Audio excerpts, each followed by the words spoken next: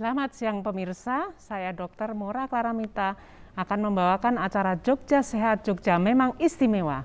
Semoga pemirsa dalam keadaan sehat dan tetap semangat di masa pandemi. Acara ini terselenggara berkat kerjasama antara Fakultas Kedokteran, Kesehatan Masyarakat dan Keperawatan Universitas Gadjah Mada bersama TVRI Stasiun Yogyakarta, Rumah Sakit Dr. Sarjito, Rumah Sakit Akademik UGM, Academic Health System. Kami akan hadir setiap hari Rabu pukul 14 sampai dengan pukul 15 mengulas masalah kesehatan yang ada di masyarakat. Pada episode perdana ini kita akan mengulas tentang vaksinasi dan pencegahan COVID-19. Kami akan menghadirkan pakar epidemiologi dan pakar kedokteran keluarga Profesor Dr. Hari Kusnanto, Ibu Wakil Dekan Kerjasama dan Alumni Dr. Maineni Sitaresmi. Dan jangan lupa kita akan menghadirkan tokoh masyarakat Ibu Briliana Desi Dwinawati, beliau adalah pemeran Yuning dalam film Tile. Jangan lupa pemirsa juga dapat menelpon ke TVRI, berkontribusi untuk bertanya kepada narasumber sebanyak-banyaknya ke nomor 0274 580 800. Selamat menyaksikan.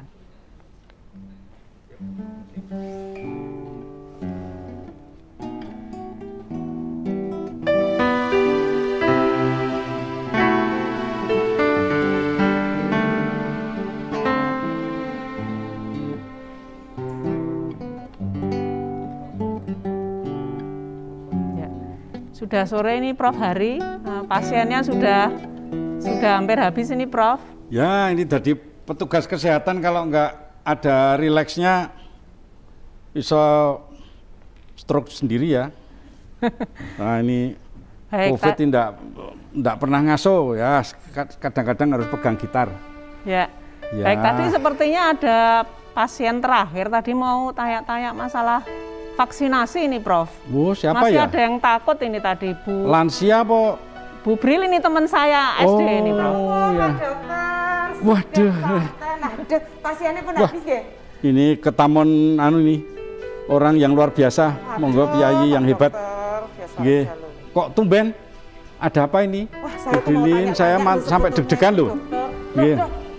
Deg-degan barang gimana toh dokter? Ini saya nggak ganggu toh, mau istirahat nggak ini Pak Dokter? Bintang ini film mewah, nggak usah istirahat kalau menghadapi Bu Bril ini. Waduh. Matur nuwun sangat bintang loh, film terkenal, ada Terakhir Ziarah ya. Oke. Ada Ubaidah, Ubaidiah. Marak Pak Dokter. Marak, wah nek marah kayak aku kemekelenteran nganti melu wetenge lorong nggih. Obat stres niku. Nggih. Imune niku tambah nggih toh Pak Dokter. Lah iya betul nggih. Das pundi Bu Brilin? Pak Dokter, apa yang kula niku badhe tanglet nggih. Sekarang itu perkembangan COVID-nya itu gimana gitu loh. Perkembangan yang terkini itu loh Dokter. Perkembangan yang terkini. Ya. Kalau saya optimis saja. Perkembangan yang terkini sudah ada penurunan kasus. Kematian di beberapa tempat meningkat lah. Kemarin saya juga kaget di Banten, bukan Bantul loh. Banten kok naik, ya mungkin laporannya juga mengagetkan. Tapi jangan khawatir, kan pemerintah sudah mendukung vaksinasi. Nah, ini sudah vaksin belum, jenengan? Dokter. Oh, kok wedhos niku nging nopo? Nggak apa-apa karena vaksin itu seperti latihan perang. Jadi kalau perang itu kan tidak langsung menghadapi musuh, tapi dilatih dulu ya. Nembak bukan, kalau latihan perang prajurit itu nembak orang-orangan. Nah ini prajurit itu sel-sel kita di dalam ini nembak virus-virusan gitu ya. Ditembak, nanti kalau kedatangan COVID beneran langsung bisa menghancurkan. Nah itu, tapi jangan lupa kita tetap bergerilya masyarakat ini. Ya, caranya dengan memakai masker, mencuci tangan, menghindari kerumunan, menjaga jarak minimal 1 meter, 1,5 meter, 2 meter. Dan yang terakhir, apa?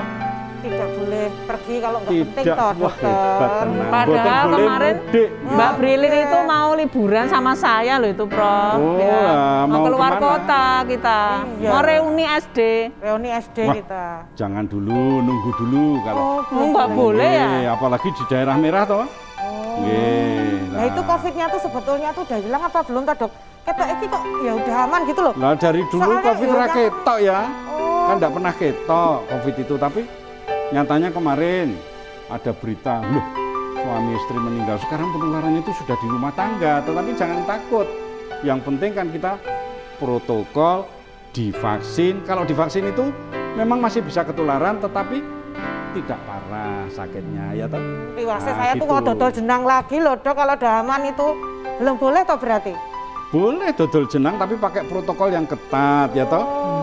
Wah, pakai plastik yang rembiak itu. Oh iya Ya toh, wah, nanti malah apa itu diberi hiasan macam-macam malah orang tertarik ya toh. Tertarik jenangnya. Iya Gitu. toh dokter. Kalau tertarik karo bubrin, wah tidak boleh lagi ya toh. Nah, terus saya itu Iya. kan takut toh dokter. Nek divaksin itu loh, lah mesti loro toh dokter. Jarine iki kaya dicokot semut, tapi mesti ndobos toh itu dokter. Lanjut terus gimana gitu loh. Nak jane rasa divaksin nek ya ora apa-apa toh, kok ya mari dhewe kok. Oh ya, tapi ketularannya luwih loro. Oh gitu ya dokter. Iya, kalau di Dan anu gitu, sementing 5 menit hilang. Iki kok keder ki HP ku ki. Wah. Bu Wakil Dekan. Oh enggak, Bu. Wonten napa? Bu Mene ini. Oh. Ternyata di sini. Sebentar, Mbak Brin.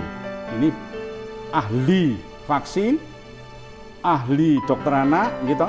Atasan saya di Fakultas Kedokteran ini kok tumben ini malah mau pinarak sini. Monggo kula aturi pinarak. Kebetulan mah dapat Wah, info kebetulan ini ini ada Siang Wah, sonten, nggih. Sugeng siang. wis rawone kene aku sing ngene.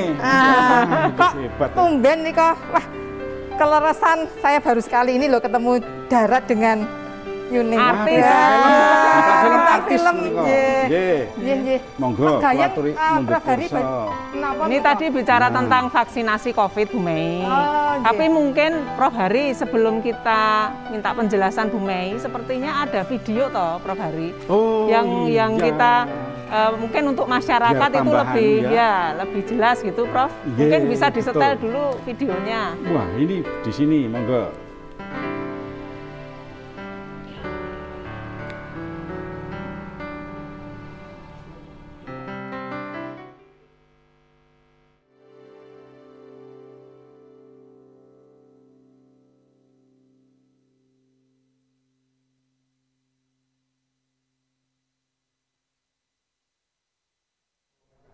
Oh ya, ini tentang apa ini Prof Hari? Vaksinasi atau? Nah, ini kan vaksin pertama, jenis vaksin vaksin. kedua. Oh ya. Ya. Kita masih pakai Ini loh, Prof. Corona Ini kali. Oh, ini Jadi butuh vaksin 2 vaksin. kali dosis Ya, vaksin. Jadi betul. tidak hanya cukup 1 kali.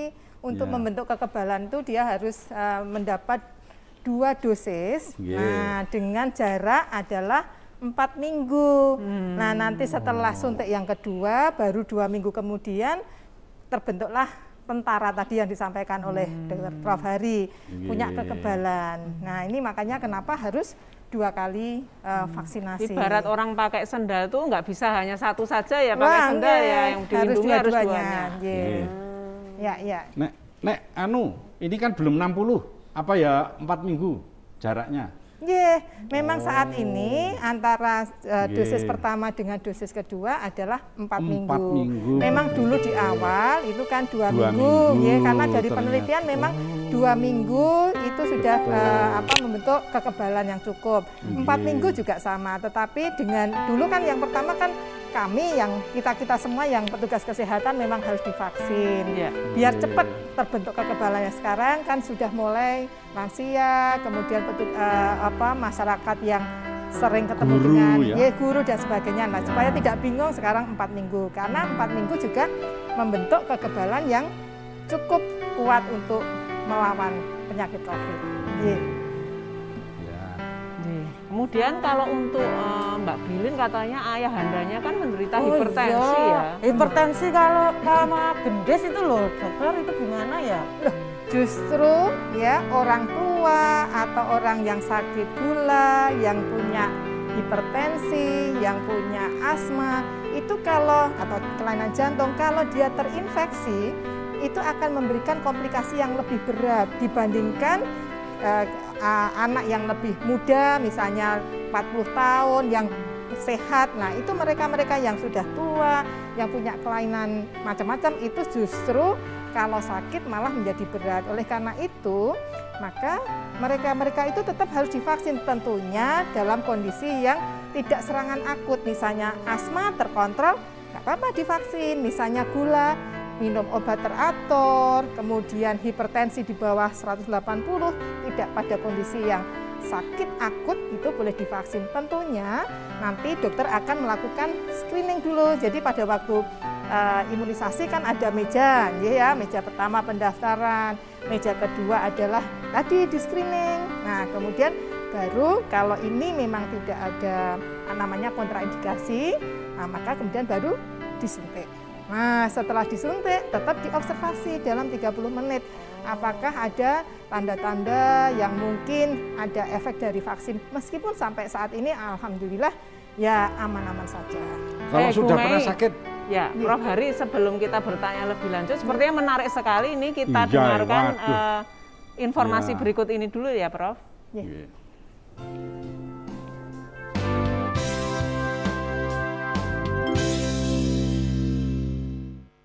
TVRI Jogja kini hadir dalam program-program menarik di kanal digital 29 UHF.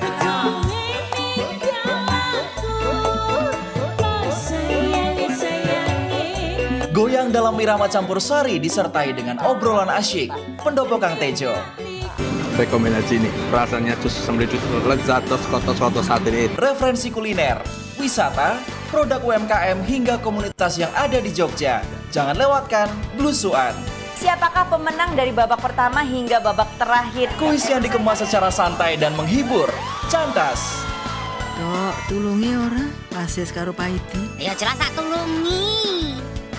Aku tergolong cah entengan kek. Belajar budaya dan bahasa Jawa menjadi lebih menarik dalam program Kuncung Bawo. Jangan lewatkan hiburan yang penuh canda dan tawa. Angkringan. Mutiara kecil berbakat. Kembangkan kreativitas anak generasi maju bersama Mutiara Kecil Berbakat. Saksikan program-program unggulan lainnya di kanal digital 29 UHF. TVRI Jogja memang istimewa.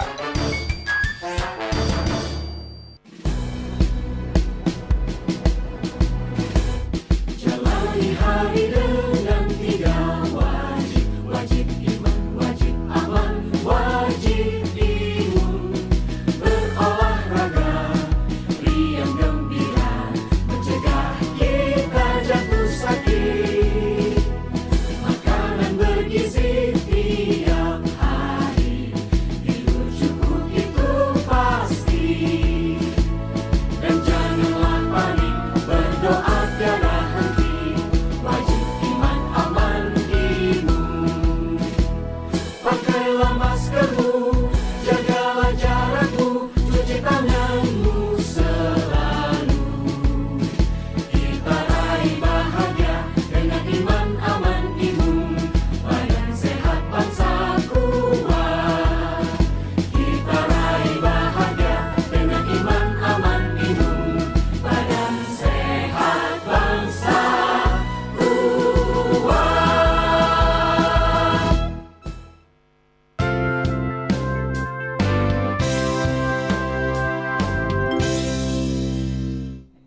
Nah, Dokter Maineni, Nggih, Prof. ini kalau orang pernah sakit COVID, sebaiknya divaksin atau tidak? Nggih.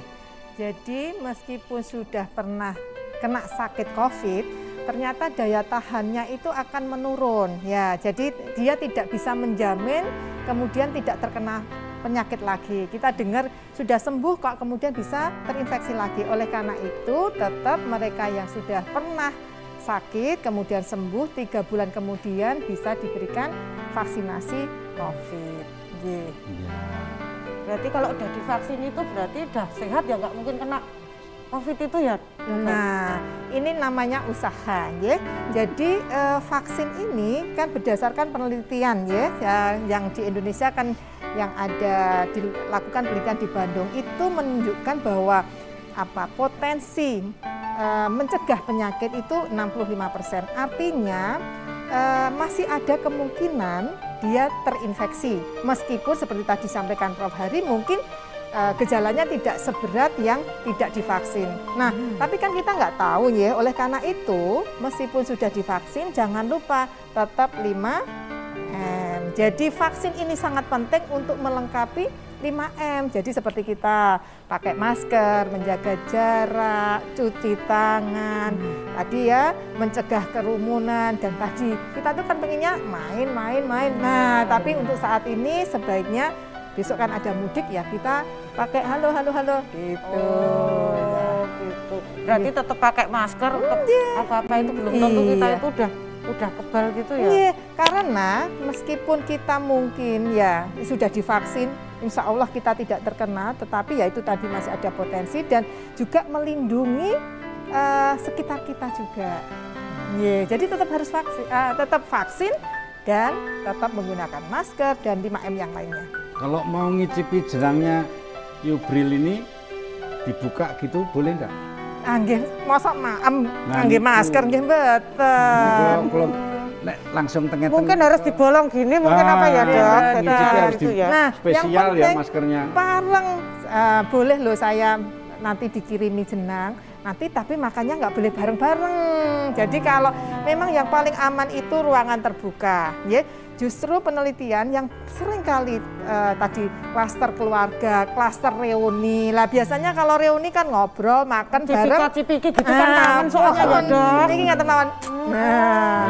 Walaupun pakai masker nggak boleh cipika-cipiki. Lah pripun mengke yen cipika-cipiki ngangge masker nggih mboten sah. Kalau pas gini gimana Bu Mei?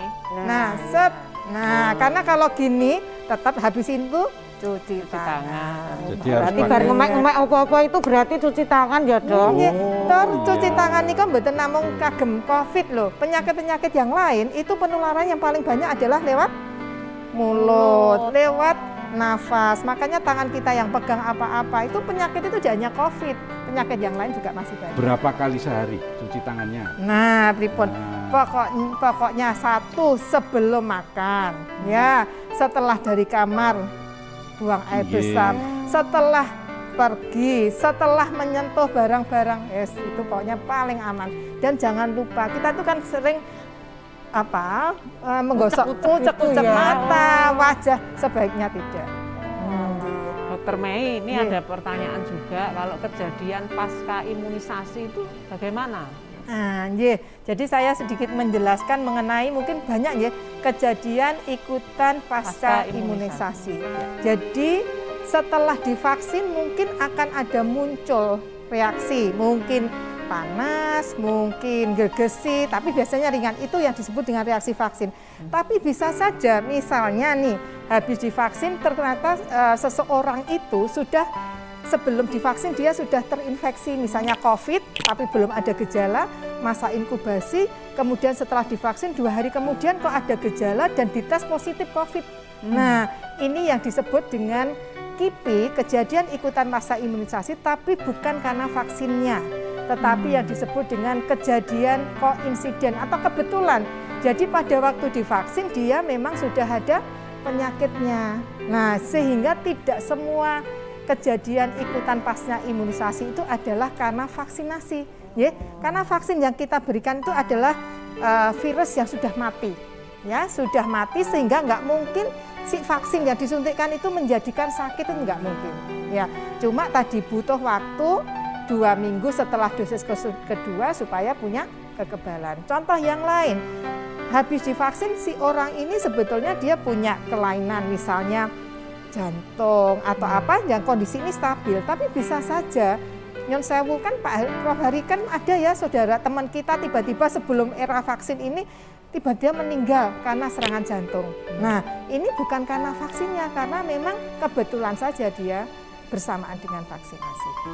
Terus kalau habis divaksin itu ada nggak nggak boleh makan ini, nggak boleh minum ini gitu. Pantangannya ada enggak ya? Mboten nenten, monggo boleh makan apa saja, yang penting bersih. Oh, yang penting kalau beli bayar. Oh lah iya. Nanti saya dijajak ke dokter kok. Vitamin? Vitamin Perlu monggo. nggak? Ya kalau Vitaminnya apa vitamin, itu ya? vitamin itu jadi dalam tubuh kita itu memang setiap hari kita itu butuh vitamin, butuh mineral, tidak ada hubungannya dengan vaksinasi. Nah, oleh karena itu untuk menjaga kebutuhan sebetulnya vitamin mineral itu ada yang sudah ada di dalam makanan, tapi kalau itu kurang baru kemudian kita mengkonsumsi vitamin. Tapi kalau kita yakin makanannya sudah cukup, nah itu cukup, tidak perlu. Tetapi nyun sewu kalau perempuan kita masih menstruasi yang banyak, lah itu mungkin perlu zat besi.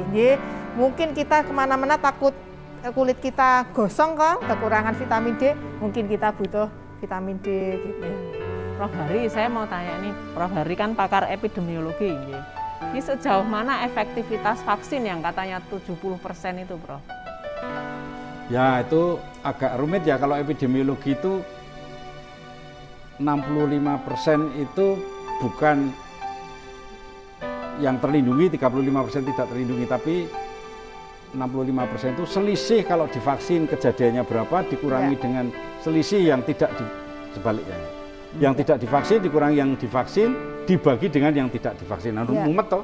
Nah, gampangannya ya wis sudah 5% wae sing terlindungi, 35%-nya enggak gitu. Nah, kalau masyarakat Indonesia yang 300 juta ini bagaimana kemudian kita bisa melindungi? Nah, makanya dihitung 181 juta targetnya untuk divaksin. Tetapi sekarang itu kan tanpa anak-anak di bawah 19 tahun. Ya. Nah, sekarang dicoba kok anak-anak ya divaksin rapopo. Nah, ini perubahannya nanti polisi bisa jadi, ya kan fleksibel ini. Kita belum pernah ngalami pandemi, ya toh. Nanti mungkin anak-anak bisa nggih. Nah, ini terus memang, bagaimana kalau anak-anak ya divaksin? sampai saat ini masih dalam uji coba. Jadi vaksin itu sebelum diberikan ke kita itu nomor 1 harus aman dulu. Kemudian yang kedua harus terbukti bahwa itu bermanfaat. Nah, makanya ada penelitian. Sehingga kenapa di awal lansia belum masuk, karena waktu itu penelitiannya belum cukup ya di Indonesia. Sekarang terbukti bahwa vaksin itu aman diberikan untuk orang tua, bahkan orang tua itu membutuhkan lebih karena dia kalau sakit berisiko menjadi berat. Nah, anak-anak ini di beberapa negara sudah mulai melakukan penelitian, tapi kita tunggu dulu karena memang COVID itu penyakit baru, vaksinnya juga baru, sehingga semuanya harus berdasarkan bukti. Ya. Baik, kemudian ada pertanyaan juga mengenai keadaan autoimun ini. Bagaimana Bu Mai apabila seseorang mempunyai kelainan autoimun, apakah juga selayaknya divaksin atau tidak? Ya, jadi memang nanti tergantung individu itu. Untuk memastikan, nah makanya apakah dia kondisi akut jelas nggak boleh. Ya, tapi kalau yang sifatnya stabil, insya Allah boleh. Tetapi yang tentunya yang menentukan itu adalah karena biasanya penyakit autoimun kan kontrol teratur ke dokternya, ya, ke dokter penyakit dalam. Nah, ini dokter ini yang kemudian menentukan, oh kamu boleh, malah penting vaksin. Oh kamu kondisi yang baru akut nggak boleh. Nah, oleh karena itu memang untuk ibu-ibu, bapak-bapak yang sudah rutin berobat ke dokter, maka mungkin akan lebih bagus kalau konsultasi dok, saya itu gimana? Biasanya dokter justru akan, oh kalau ini memang layak divaksin, penting ibu harus vaksin. Ya, tapi kalau ini ditunda dulu. Nah, ini untuk spesifiknya nanti yang menentukan adalah dokter yang merawat. Ya. Pemirsa, jangan lupa ikut berkontribusi dengan menelpon ke nomor 0274 580 800. Di sini ada pakar epidemiologi dan pakar kedokteran keluarga, Profesor Dr. Hari Kusnanto, dan Ibu Wakil Dekan Kerjasama dan Alumni dari Fakultas Kedokteran Kesehatan Masyarakat dan Keperawatan Universitas Gadjah Mada, Ibu Dr. Maineni Sitaresmi, dan ada Ibu Briliana Desi Dwinawati. Ya, mungkin Prof. Hari. Ya, silahkan. Belum ada, Prof. Belum ada pertanyaan, ya. Masih bisa menjelaskan. Jadi saya kira ini tadi sudah sangat jelas ya apa yang diterangkan oleh Dr. Maineni bahwa vaksin itu harus kita ikuti dengan nanti hasil pemeriksaan dokter. Yang kedua, walaupun divaksin tetap protokol kesehatan. Yang ketiga, teman-teman yang dari ekonomi ini juga bagaimana supaya pencegahan penyakit sekaligus ekonominya nggak terganggu. Nggih, leres. Nah, terus pundi nika Mbak Brilian arep dodol jenang, carane dodol jenang terus pundi. Nah, mestinya kan tadi dengan protokol kesehatan, tetap jaga jarak. Tadi itu lalu pengamanan jenangnya ya, bukan pengamanan jenangnya. Pengamanan terhadap Bu Brilian dan pembeli. Nah, bagaimana supaya tidak terjadi penularan? Cuci tangannya ya toh harus tersedia di situ. Nah, jadi harus kelihatan di situ nanti cuci tangannya ada, pembelinya tertarik, banyak jenang yang dipilih jenangnya Bu Brilian kan begitu ya. Hebat tenan, jenangnya enak loh. Ya. Bisa icip-icip ya saya. Iya, nanti dikirimi ya nanti ya dokter ya. Dosen ya bisa apalagi ya. Dosen wah menjaga jarak. Tadi kalau yang asma tadi boleh ya berarti tetap divaksin ya. Soalnya saya tuh punya penyakit asma gitu dokter. Jadi kalau memang asma itu kan penyakit yang cukup banyak ya, apalagi saat ini polusi banyak dan sebagainya. Justru kalau pasien asma kalau nanti terkena infeksi apa saja termasuk COVID itu bisa menjadi pemicu timbulnya asma bahkan nanti menjadi penyakit yang berat. Oleh karena itu tetap harus divaksin tetapi syaratnya tidak dalam serangan. Nah, kalau jenengan kan asma juga. Iya. Nah, sekarang kan sehat toh? Tapi udah lama nggak pernah. Nah, itu kumatnya kalau nggak punya duit ya itu dok. Waduh. Saya ya bingung. Makanya jangan takut segera divaksin. Iya. Jadi justru itu menjadi penting sekali untuk pasien-pasien yang punya komorbiditas atau penyakit penyerta. Ya. Baik pemirsa, sekian acara pada sore hari ini. Mudah-mudahan bermanfaat bagi kita semua. Acara ini dipersembahkan kerjasama antara Televisi Republik Indonesia Stasiun Yogyakarta bersama dengan Fakultas Kedokteran, Kesehatan Masyarakat dan Keperawatan Universitas Gadjah Mada. Kita akan bertemu lagi di Rabu tanggal 14 April 2021 pukul 14.30 sampai 15. Terima kasih. Assalamualaikum warahmatullahi wabarakatuh. Waalaikumsalam.